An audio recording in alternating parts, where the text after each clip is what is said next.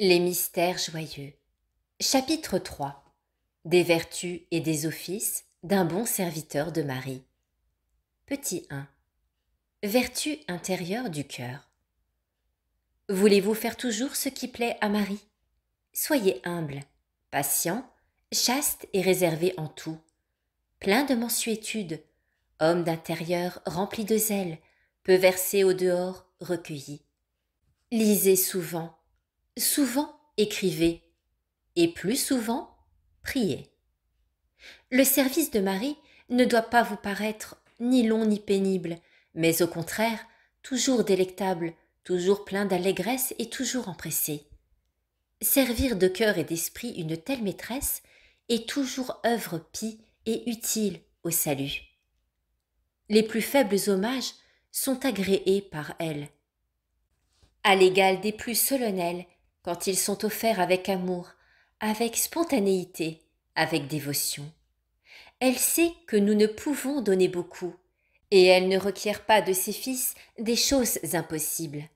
Souveraine miséricordieuse et reine de mansuétude, elle est mère avant tout, et mère, elle ne sait pas ne pas avoir compassion des petits et des pauvres, elle qui a donné au monde la miséricorde en Jésus. Petit 2. Vertu extérieure du corps. Apprenez donc à invoquer Jésus en tout, et vous serez aidés des périls de l'âme et du corps.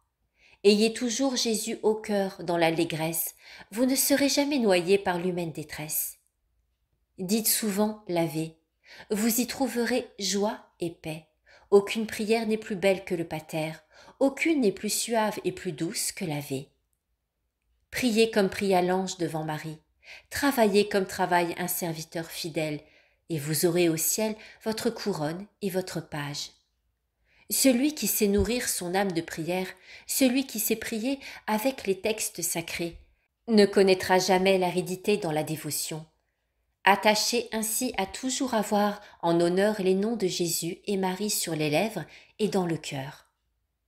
Petit 3. Pratique externe de dévotion. Partout où vous irez, partout où vous vous trouverez, implorez toujours Jésus et invoquez Marie.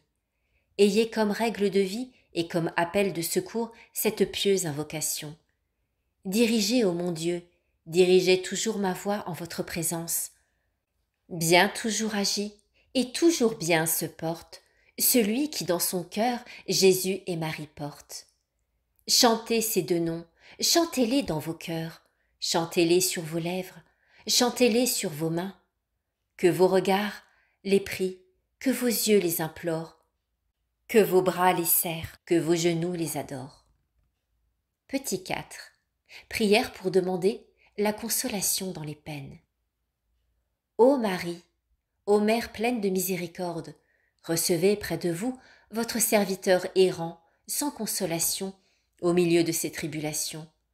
Voyez, ô ma souveraine, voyez mon affliction, et ouvrez-moi votre cœur plein de consolation.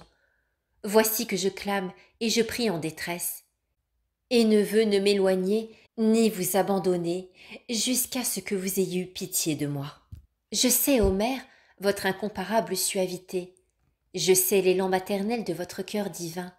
Je sais l'abondance de l'amour qui le remplit et que je puis avoir en vous toute espérance. Aussi je me réfugie près de vous, ô ma mère, afin que dans les joies ainsi que dans les peines, je puisse recevoir vos bienveillants secours et entendre vos maternelles consolations. Vallée des Lys, chapitre 13. Homélie. Vertu que doit pratiquer un bon serviteur de Marie. Les latins avaient deux mots pour désigner les bonnes actions à accomplir dans la vie. Le mot vertu pour désigner une action faite avec effort et bonne volonté, et le mot office pour caractériser une action accomplie par devoir, mais sans attachement du cœur. Ce qui est demandé ici au bon serviteur de Marie, ce sont des vertus, c'est-à-dire des actes méritoires, des élans du cœur, et non pas seulement des offices que peuvent remplir les domestiques eux-mêmes. Ce sont d'abord les vertus intérieures, l'humilité, la patience, la pureté. Ce sont ensuite les vertus extérieures ou vertus de l'action, effort dans le travail, élévation dans la pensée, l'union dans l'oraison mentale, le zèle dans la prière vocale.